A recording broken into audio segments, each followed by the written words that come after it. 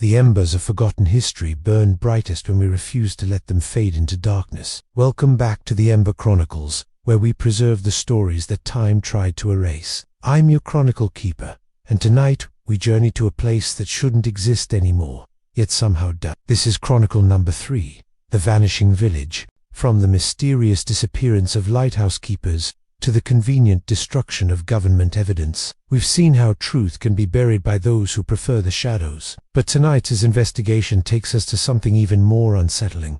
An entire community that vanished from existence, only to reappear decades later as if nothing had happened. If you've been following our descent into America's darkest mysteries, make sure you subscribe with notifications on. And for those seeking deeper access to our research and exclusive content, join our Flamekeepers on Patreon, where the most dedicated preservers of forgotten truth gather to ensure these stories never die. Our chronicle begins in the rolling hills of eastern Pennsylvania, where Route 61 winds through forests that have reclaimed what was once thriving farmland. Here, hidden among the trees and accessible only by a single dirt road that most maps refuse to acknowledge, lies the village of Centralia. To most of the world, Centralia ceased to exist in 1992 when the federal government condemned the entire town and relocated its residents due to an underground coal fire that had been burning since 1962. The official story speaks of a tragic accident, a routine trash burning that ignited a coal seam and created an environmental disaster that forced the abandonment of an entire community.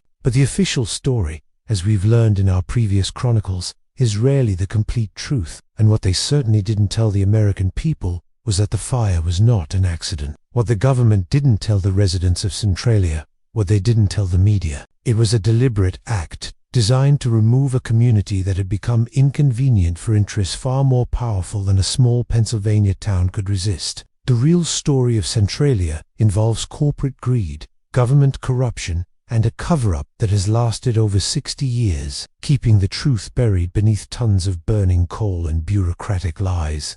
The village of Centralia was founded in 1866 by mining engineer Alexander Reed, who recognized the area's potential for coal extraction and convinced investors to establish a company town that could house workers and their families. The Locust Mountain Coal and Iron Company built not just mines, but an entire community designed to be self-sufficient and profitable for generations. By the early 1900s, Centralia boasted a population of nearly 3,000 residents, multiple churches, schools, businesses, and a thriving downtown district that served surrounding agricultural communities. The anthracite coal beneath the town was among the purest and most valuable in the region, with seams that extended far deeper and wider than original surveys had indicated. What made Centralia unique among Pennsylvania's mining towns was not just the quality of its coal deposits, but the discovery in the 1920s that it sat atop one of the largest anthracite reserves in the United States. Geological studies revealed enough high-quality coal to supply energy needs for the entire northeastern region for decades. This discovery would prove to be both a blessing and a curse for the community that called Centralia home. The prosperity that coal brought created a strong, tight-knit community where families who had immigrated from Ireland, Poland, and other parts of Europe found opportunity and stability. These families built homes and businesses they planned to pass down through generations, creating deep roots in the Pennsylvania soil. However, by the 1950s, changes in the energy industry and the rise of petroleum-based fuels had reduced demand for anthracite coal, leading to mine closures throughout Pennsylvania's coal regions. Many mining towns simply withered away as residents moved to cities in search of work. Later testified before congressional committees that federal surveys conducted during this period had identified Centralia's coal deposits as strategically crucial for national energy security. But Centralia's location and exceptional coal quality made it valuable in ways residents didn't fully understand. Dr. Kowalski recalled in a 1998 interview, large energy corporations and government agencies had begun viewing Centralia not as a community of people, but as a resource extraction site that happened to have an inconvenient population living above it. Dr. Margaret Kowalski, a geologist who worked for the U.S. Bureau of Mines in the 19... According to her testimony, government officials and corporate representatives had begun discussing methods for accessing these deposits that would be more efficient and profitable than traditional mining operations. The conversations I heard in government meetings during the late 1950s made it clear that certain officials viewed the people of Centralia as obstacles to be removed rather than citizens to be served. There was talk about clearing the site and maximizing extraction efficiency that focused entirely on coal recovery and ignored the human cost of displacing an entire community. When Dr. Kowalski raised concerns about the impact on residents, she was told that relocation assistance would be provided and that the greater good required difficult decisions.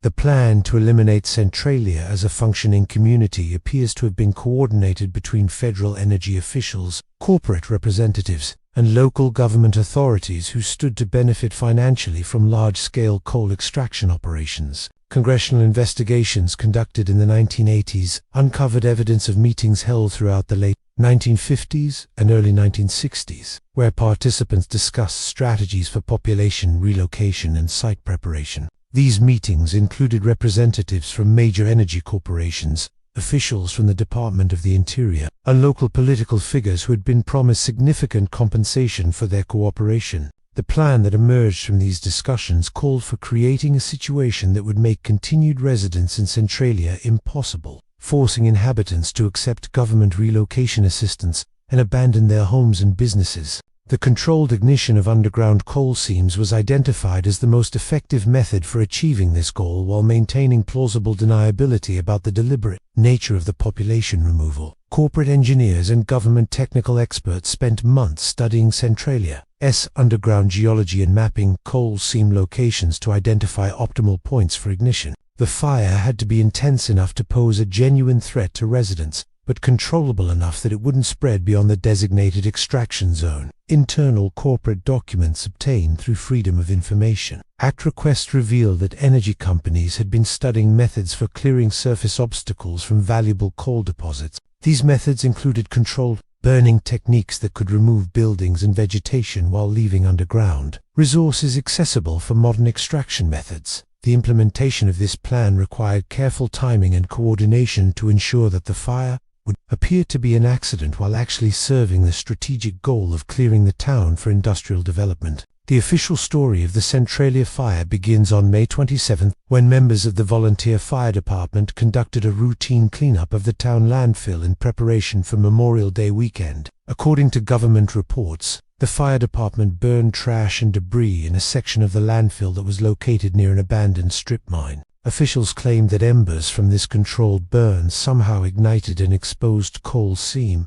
which then spread underground through connected coal deposits. This created what they described as a subterranean blaze that proved impossible to extinguish using conventional firefighting methods, and suggests that the fire was deliberately set by individuals who were not members of the local fire department. However, witnesses to the May 27 incident have provided accounts that contradict the official explanation. Helen Kozłowski, who lived near the landfill and observed the cleanup operation, later testified that she saw unfamiliar men in work clothes and hard hats using equipment that she had never seen the volunteer firefighters used before. According to her account, these men appeared to be following specific procedures and seemed to know exactly where to place materials that would ignite most effectively. They weren't burning trash like the fire department usually did, Kozłowski recalled in a 1987 interview with congressional investigators. They had maps and instruments, and they were very deliberate about where they put things. When I asked one of our regular firefighters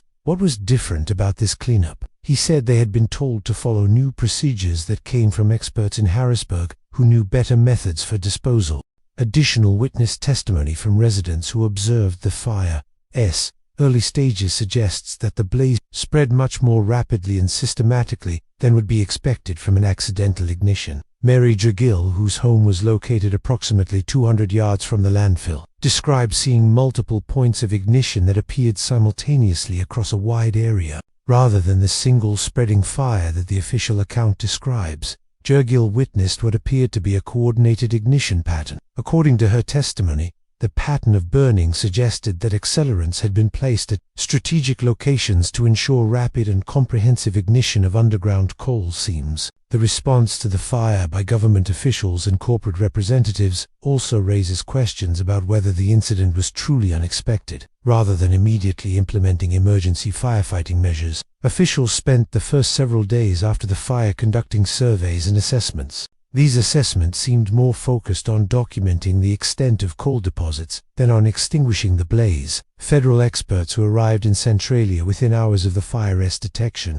brought equipment for geological analysis and coal quality testing, but relatively few resources for actual fire suppression. Dr. James Patterson, a fire suppression expert who was called to Centralia as a consultant, later testified that the government's response to the fire was unlike any emergency response he had witnessed in years of professional experience. Normally, when you have a fire of this magnitude, especially one threatening a populated area, the focus is entirely on suppression and containment, he explained to congressional investigators. But in Centralia, there seemed to be more interest in studying the fire than in putting it out. Officials spent days mapping the underground burning, while residents were breathing toxic smoke and worrying about their safety. The early efforts to extinguish the Centralia fire were notably ineffective and seemed almost designed to fail. Traditional methods for fighting underground coal fires include flooding the affected areas with water or foam, cutting fire breaks to prevent spread, and removing combustible materials from the fire's path. However, the techniques employed in Centralia were either inadequate for the scope of the fire or implemented in ways that actually contributed to the fire's spread rather than containing it. The decision to use a technique called flushing, which involves pumping water into underground areas to extinguish burning coal, was implemented in a way that many experts believed would be counterproductive. Rather than flooding the fire systematically from one end to the other, officials chose to pump water into multiple locations simultaneously. This created steam and pressure that forced the fire to spread through previously unaffected coal seams. Dr. Patterson and other fire suppression experts recommended against this approach, but their concerns were overruled by federal officials who claimed to have superior technical knowledge of underground coal fire management. The failure of initial suppression efforts was followed by a series of increasingly expensive and complex interventions that consumed millions of federal dollars while producing no measurable progress in extinguishing the fire. These efforts included digging massive trenches intended to create fire breaks, installing elaborate monitoring systems to track the fire's progress, and conducting extensive geological surveys that mapped coal deposits throughout the region. While these activities created the appearance of serious governmental response to the crisis, they also served the secondary purpose of gathering detailed information about coal resources that would be valuable for future extraction operations. Congressional investigations revealed that many of the contractors hired to implement fire suppression measures had previously worked for energy corporations involved in coal extraction. This created obvious conflicts of interest that were never disclosed to Centralia residents or the general public. These contractors had financial incentives to prolong suppression efforts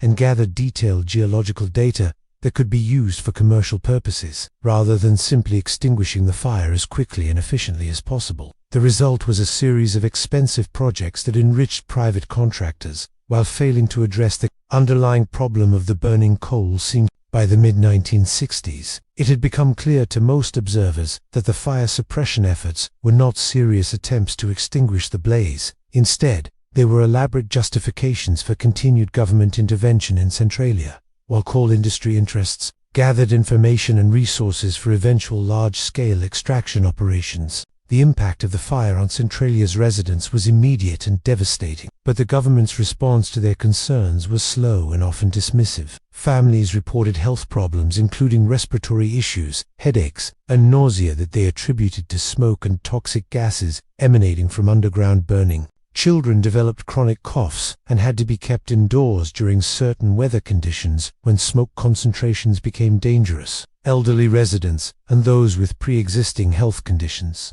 faced particular risks from prolonged exposure to the polluted air. Government health officials who were called to assess the situation provided conflicting information about the risks posed by the fire and consistently doubted concerns raised by residents and their doctors. Federal agencies claimed that air quality monitoring showed only minor elevations in pollutant levels that posed no significant health risks. Meanwhile, Local physicians reported increasing numbers of patients with symptoms consistent with toxic exposure. This discrepancy between official assessments and medical reality created confusion and distrust that complicated efforts to address the genuine health crisis facing the community. The economic impact of the fire was equally severe, as property values plummeted and businesses struggled to operate in an environment that many customers considered unsafe. The town's tourism industry, which had provided supplemental income for many residents, disappeared entirely as visitors avoided an area associated with environmental disaster.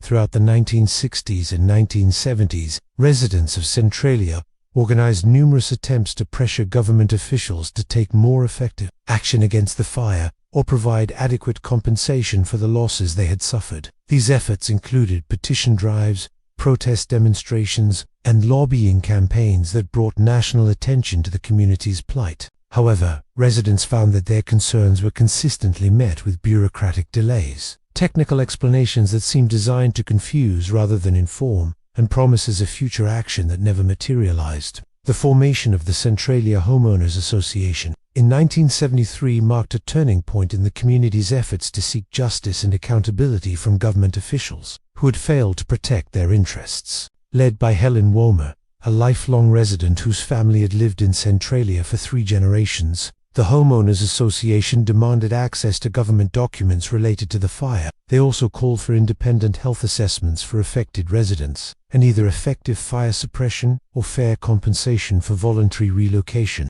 Helen Womer's leadership brought national media attention to the community's situation and revealed the extent to which government officials had misled residents about the nature and scope of the fire. Through Freedom of Information Act requests and congressional inquiries, Womer and her colleagues uncovered evidence that federal agencies had known from the beginning that the fire would be extremely difficult, if not impossible, to extinguish. Yet these agencies had deliberately withheld this information from residents while continuing to spend millions of dollars on ineffective suppression efforts. They lied to us from day one, Womer stated in a 1979 interview with 60 Minutes. They told us the fire would be put out in a few months, then a few years, then they said it might take a decade. But we found documents showing they knew all along that this fire could burn for a century or more. They kept us here breathing poison while they figured out how to get us to leave voluntarily, so they wouldn't have to pay us what our homes and businesses were really worth. Womer's accusations gained credibility when congressional investigators obtained internal government communications that revealed cynical discussions about managing resident expectations and minimizing federal liability. These documents showed that government officials viewed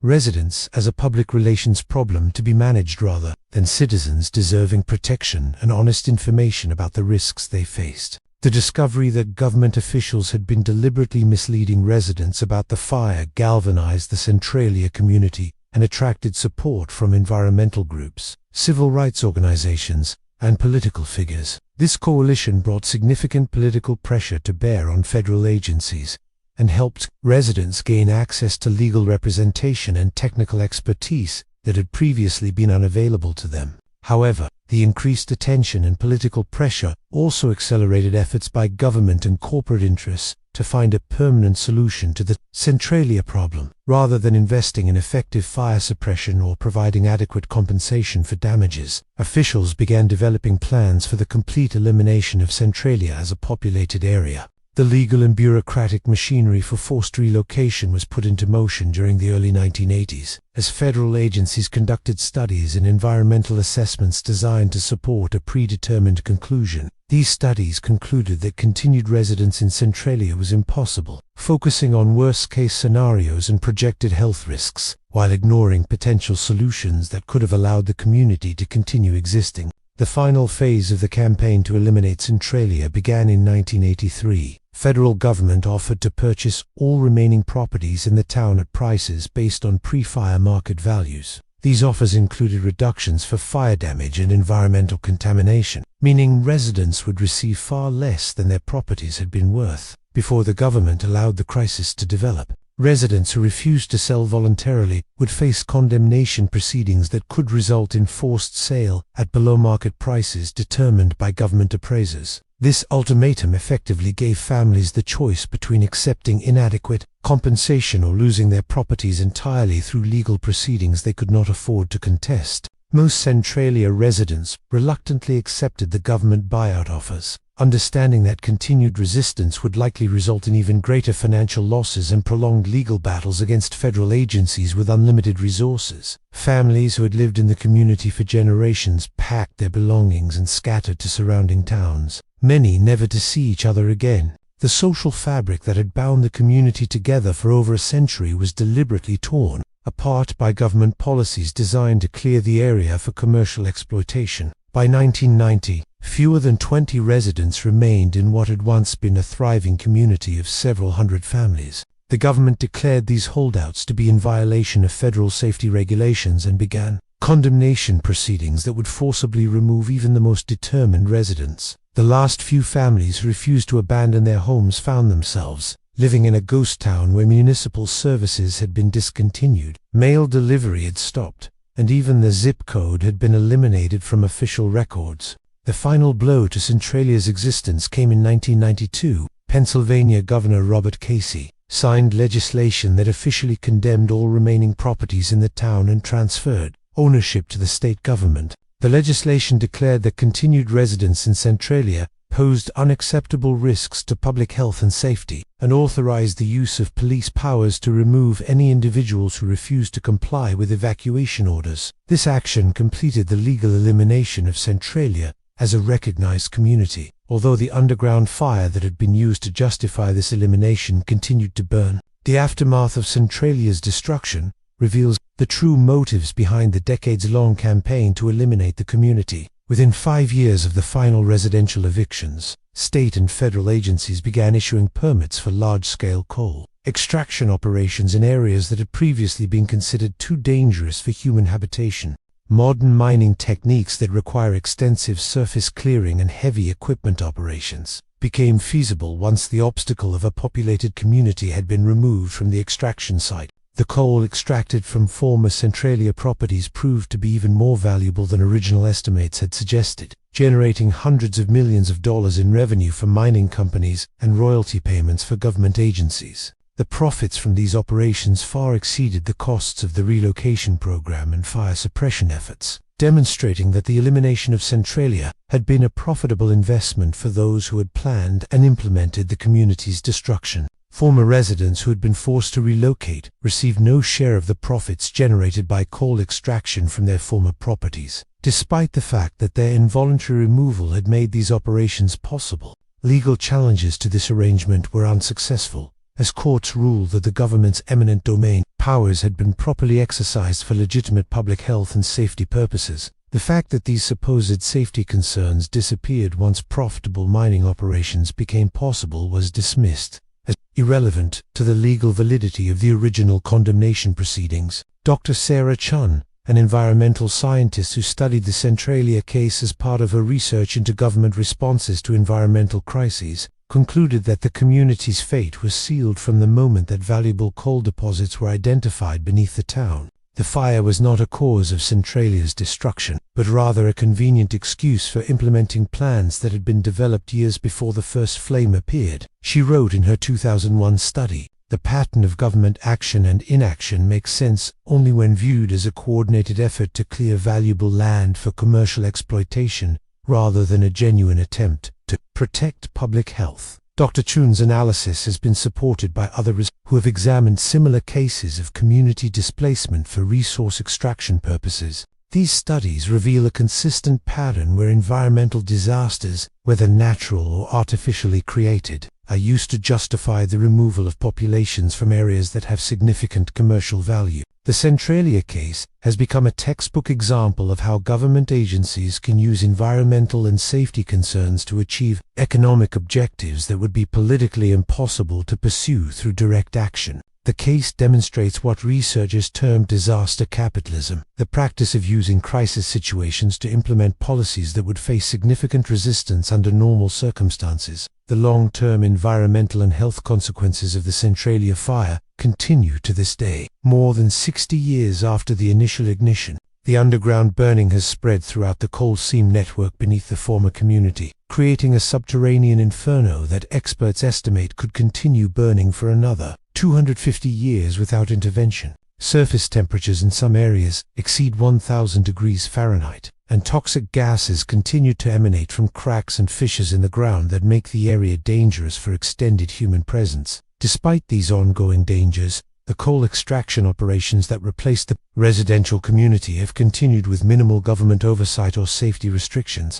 Mining companies operating in the area used protective equipment and safety protocols that could have been implemented to protect residents during the height of the fire crisis. However, these safety measures were never offered to families who were told that evacuation was their only option. This double standard demonstrates that the risks posed by the underground fire were never as insurmountable as government officials claimed when they were justifying forced relocations. The continued operation of profitable mining activities in areas declared too dangerous for human habitation exposed the cynical nature of the safety arguments used to eliminate the residential community. The story of Centralia serves as a powerful reminder that environmental disasters can be convenient cover for achieving political and economic objectives that would be difficult to accomplish through transparent democratic processes. The community's destruction required the cooperation of federal agencies, state government, local officials, and corporate interests, all working together to eliminate what they viewed as an obstacle to profitable resource extraction.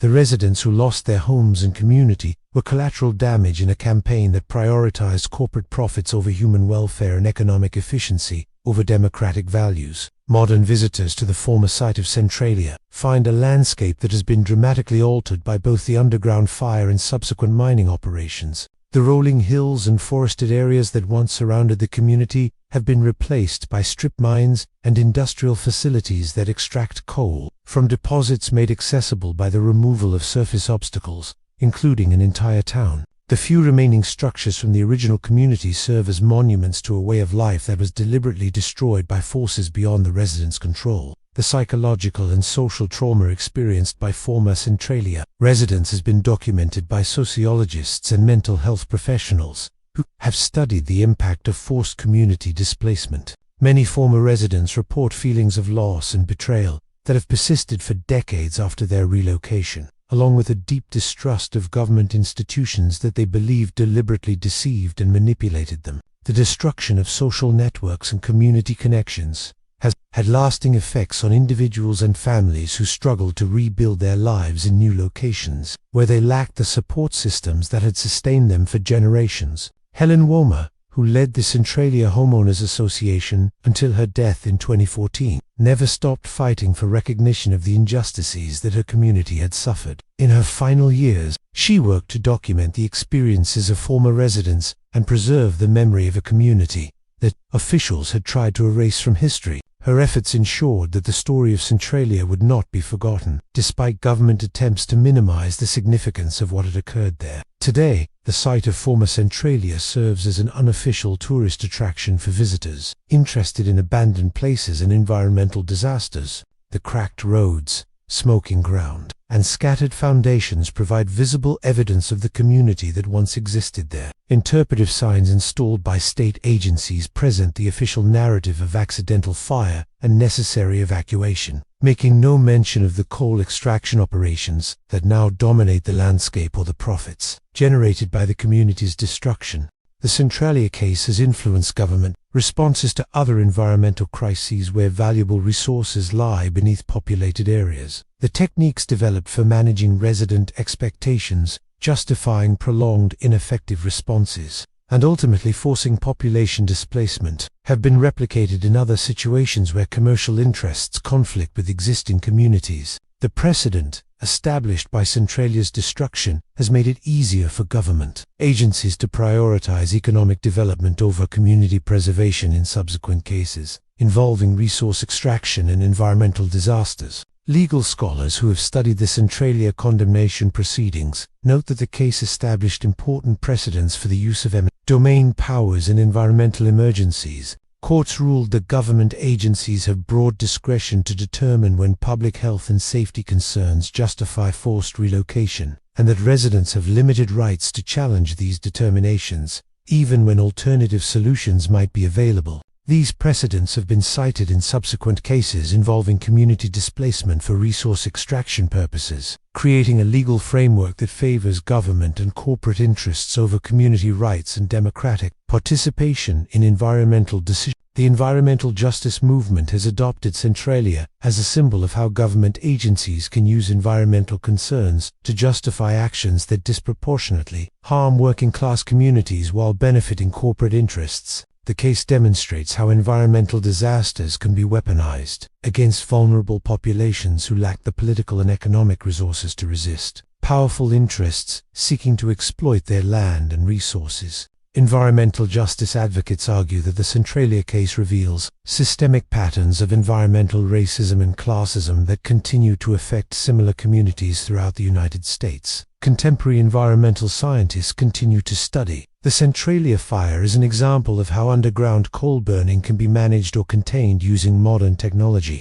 These studies have revealed that effective suppression methods were available throughout the crisis period, but were never seriously implemented because extinguishing the fire would have eliminated the justification for removing the resident population. The continued burning serves the interests of those who benefit from ongoing coal extraction operations and provides cover for industrial activities that would be more difficult to justify in a populated area. International observers have also studied the Centralia case as an example of how democratic governments can use environmental crises to achieve objectives that would be politically impossible under normal circumstances. The techniques developed in Centralia for manipulating public opinion, managing media coverage, and justifying population displacement have been replicated in other countries where governments seek to clear valuable land for commercial development. The case has become a model for what researchers call environmental authoritarianism, the use of environmental concerns to justify undemocratic policies and actions. And so another chronicle is preserved from the ashes of time, though in this case, the ashes are still burning beneath the Pennsylvania soil. The vanishing of Centralia reminds us that entire communities can be erased not by natural disaster, but by the deliberate actions of those who value resources over human lives and corporate profits over community bonds. The underground fire that continues to burn serves as a permanent monument to the power of greed and the vulnerability of ordinary people when they stand in the way of extraordinary wealth. Thank you for joining me on this investigation, Flamekeepers. If this chronicle moved you, please light up that like button and share it with fellow seekers of truth. Your engagement ensures that stories like Centralia's are not forgotten, and that the memory of what was lost continues to burn bright in our collective consciousness. Next Tuesday, we'll uncover Chronicle number 4, The Midnight Visitors, where we'll investigate a series of mysterious nighttime encounters that plagued a small Midwestern town for decades, leaving residents terrified and authorities baffled. We'll explore how modern investigation